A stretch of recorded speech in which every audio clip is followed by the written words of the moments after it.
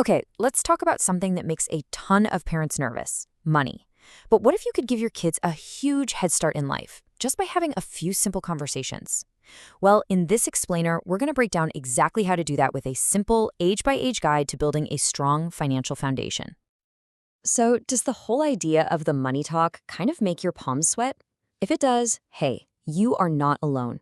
It's a feeling a lot of parents share. But here's the thing: getting this conversation right, it can literally change your child's future. I mean, check this out. A survey actually found that 41% of parents feel anxious about this.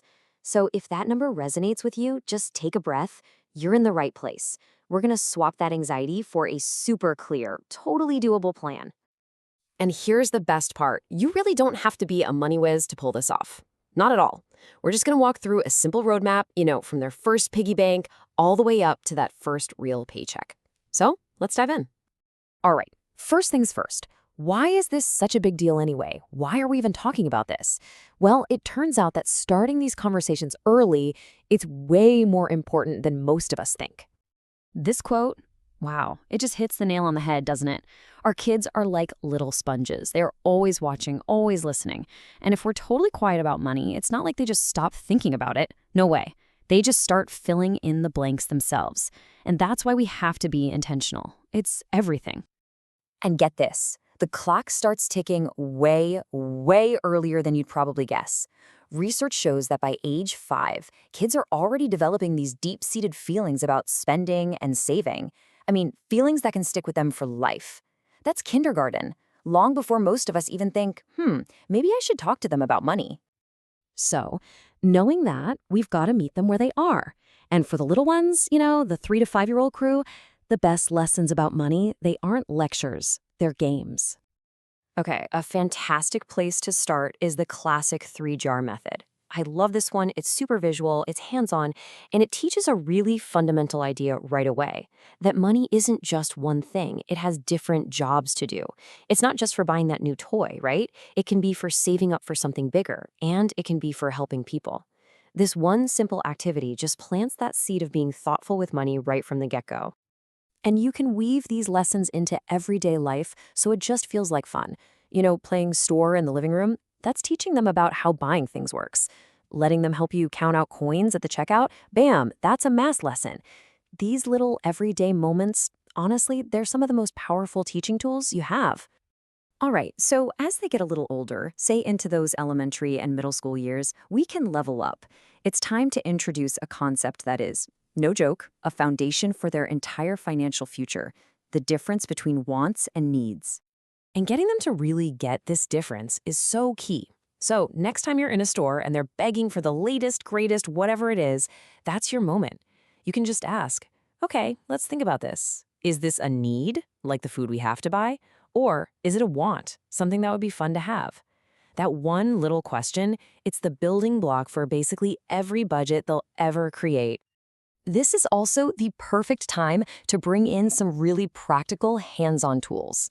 Think about it. An allowance isn't just free cash. It's their first practice budget.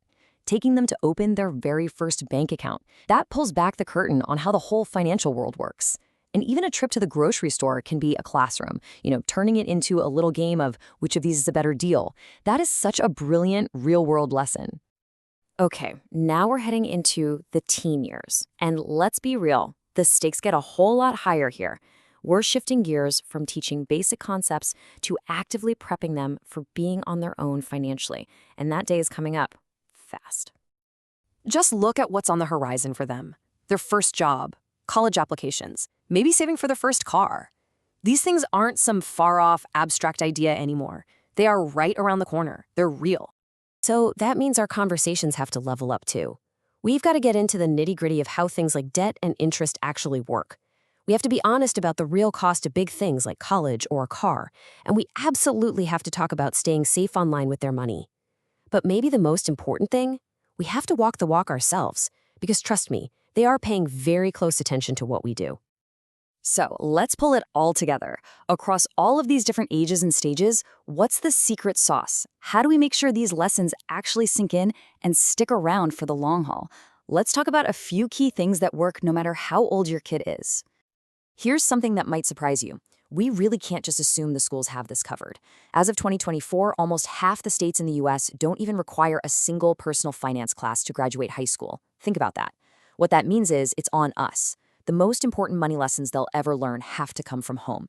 You are their number one teacher when it comes to this stuff. And listen, if you're sitting there thinking, oh man, I've already missed my chance, please hear me on this. It is never, ever too late to start. I don't care if your kid is 3 or 33. Today is the perfect day to just start the conversation. These aren't one and done talks. They're conversations that can evolve and grow right alongside your kids and your family. So I want to leave you with this one thought. What's one small thing you can take from all this and do today? Seriously. Maybe it's just grabbing 3 empty jars from the kitchen. Maybe it's having that wants versus needs chat in the car on the way home. Whatever it is, just remember, a whole lifetime of financial wellness can literally start with one small conversation. You got this.